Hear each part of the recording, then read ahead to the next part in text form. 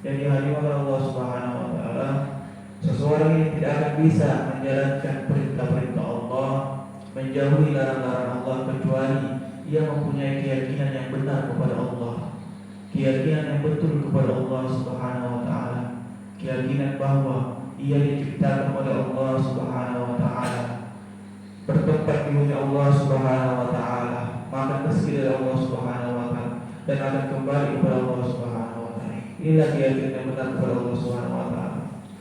Apabila seseorang punya keyakinan begini, dia akan bisa menjalankan perintah Allah, dia akan mudah melaksanakan perintah Allah Subhanahu wa taala.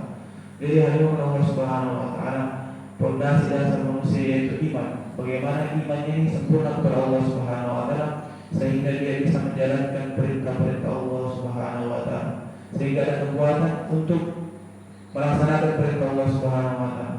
Jadi dikatakan ini iman ini seperti buah-buahan.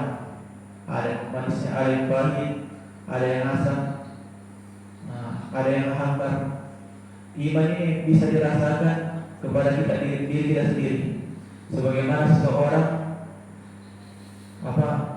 menyukai suatu makanan, dia akan makan makanan tersebut. Tanpa disuruh dia akan makan lagi dan lagi. Begitu juga orang yang sudah merasakan iman. Lagi dan lagi dia akan beribadah kepada Allah Subhanahu wa taala tanpa disuruh. Jadi hadirin Allah Subhanahu wa taala,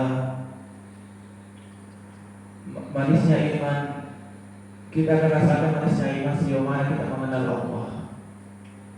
Terutama dimulai dari bahwasanya Allah Subhanahu wa taala adalah Rabb kita yang memelihara kita, yang mana seluruh rezeki yang Allah Subhanahu, seluruh rezeki yang kita punya, seluruh apa-apa yang kita punya itu ditanggung oleh Allah Subhanahu wa taala, diberi oleh Allah Subhanahu wa taala.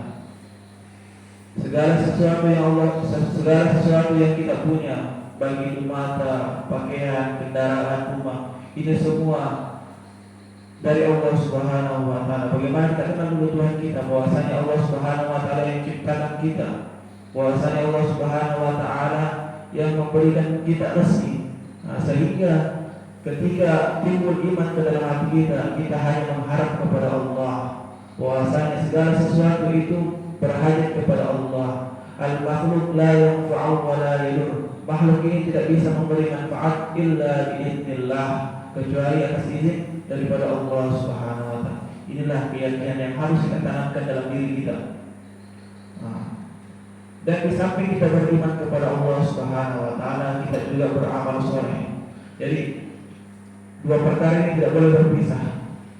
Diibaratkan iman tanpa amal ini iman tanpa amal ini seperti ruangan yang kosong, hampa.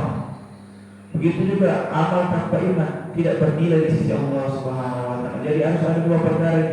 Kita beriman kepada Allah Subhanahu wa taala, kita juga beramal soleh kepada Allah Subhanahu wa taala.